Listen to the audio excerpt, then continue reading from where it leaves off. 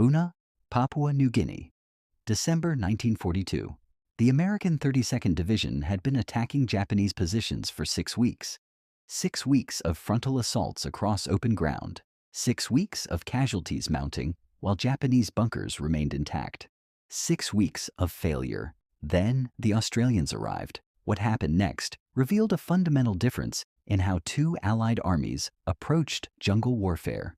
At Buna, U.S. forces struggled against the Japanese until Australian reinforcements arrived. It took the combined force 6 days, with high casualties, to cut through the defenses the Japanese had held for 6 weeks. The 32nd Division was a National Guard unit from Michigan and Wisconsin. Good men, willing fighters, but they had received almost no jungle training before deployment to New Guinea. The American troops had been rushed into combat after arriving in Australia from the United States. They had little jungle training and were poorly equipped for the conditions they faced. General Douglas MacArthur had promised a quick victory. His air commander, General George Kenney, convinced him that air power alone could win the battle. Kenney maintained that the artillery in this theater flies. This theory collapsed when confronted with reality. Japanese defenders had constructed bunkers from coconut logs and coral. These structures absorbed aerial bombs without collapsing. Artillery shells exploded harmlessly against the thick walls. The bunkers had to be taken by infantry assault. American soldiers attacked repeatedly. They crossed open ground under machine gun fire. They threw grenades that bounced off bunker walls. They pushed forward until casualties forced them back. Then they tried again the next day. Without support from tanks that could have taken out a strong point in minutes, the Japanese positions were very difficult to defeat and had to be taken one by one, which required troops crawling through murderous crossfire and snipers to the bunkers and pushing grenades through the slits. Disease made everything worse. Malaria struck down entire companies. Men fought with fevers exceeding 104 degrees Fahrenheit. Dysentery weakened soldiers already on reduced rations. The division was being destroyed by illness as much as enemy action. By mid-December, MacArthur relieved the division commander, Major General Edwin Harding. Lieutenant General Robert Eichelberger took over with dramatic orders from MacArthur. Take Buna or die trying. Eichelberger assessed the situation immediately. His troops needed what Harding had been requesting for weeks: tanks, artillery, and experienced reinforcements. He requested Australian assistance. The Australian 18th Brigade arrived in late December. These troops had different experience. They had fought across the Kokoda Track. They understood jungle warfare. They knew how to approach Japanese defensive positions. More importantly, they brought equipment the Americans lacked. The Australians brought with them their Matilda tanks from the 2nd 6th Australian Armoured Regiment. The Matilda was a British infantry tank from 1940. Slow, heavily armored, armed with a 2-pounder gun that fired solid shot. American officers had initially dismissed these tanks as obsolete. The reality at Buna proved different. The Matilda's thick armor deflected Japanese anti-tank fire. Its low speed matched infantry advancing through jungle. The solid shot from its gun penetrated coconut log bunkers at point-blank range. Australian infantry tactics also differed from American approaches. The Australians had developed effective methods for assaulting bunkers during their New Guinea campaign. These included careful reconnaissance, use of covering fire, and systematic clearing procedures. Where American units attacked across open ground, Australians advanced under cover.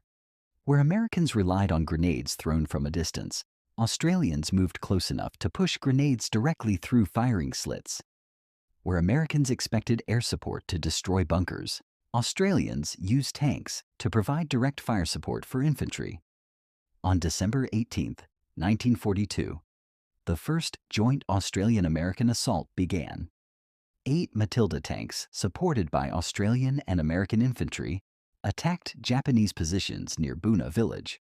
The result was immediate and dramatic. Matildas approached bunkers that had withstood weeks of American attacks. The 2-pounder guns fired directly into firing slits. Bunkers collapsed.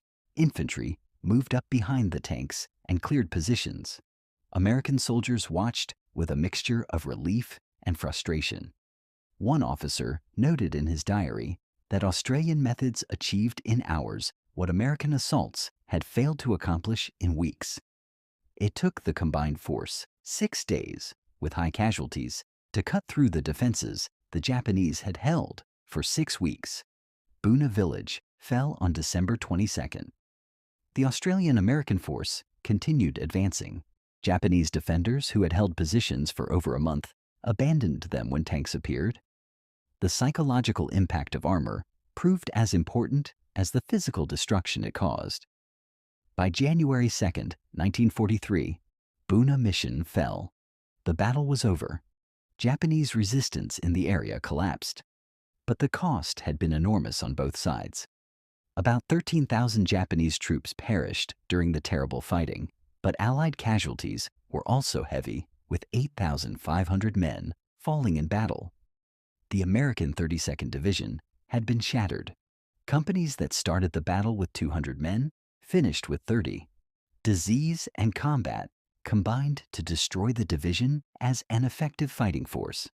Australian casualties were also significant, but their losses occurred primarily during the final assault phase, not during weeks of unsuccessful attacks. The difference revealed important lessons about jungle warfare. Proper equipment mattered. The Matilda tanks, dismissed as obsolete by some American officers, proved essential for breaking Japanese defenses. Experienced leadership mattered. Australian commanders who had fought on the Kokoda track understood how to approach fortified positions in jungle terrain. Training mattered most of all. The 32nd Division had been rushed into combat without adequate preparation. Their courage could not compensate for lack of jungle warfare training. The Americans would not acknowledge that Australians won the critical battles of Milne Bay, Kokoda, and Gona, were largely responsible for the victory at Buna, and were overwhelmingly responsible for victory at Sanananda. This reluctance to acknowledge Australian contributions created friction between the Allies. American communiques often minimized or ignored Australian roles in victories. This pattern would continue throughout the Pacific Campaign. Buna taught both armies important lessons. For the Americans, it demonstrated that jungle warfare required specialized training and equipment. Future operations would be better prepared. The disaster at Buna forced changes in American doctrine and training programs. For the Australians, it confirmed that their experiences in New Guinea had produced effective tactics. The methods developed on the Kokoda track worked. Australian commanders gained confidence in their own doctrine rather than automatically following British or American models. The Matilda tanks continued serving throughout the Pacific Campaign. They fought at Finschhafen, Saddleburg, Bougainville, and Borneo. In every battle, they proved their worth. The tank dismissed as obsolete became the most successful Allied tank in the Pacific theater.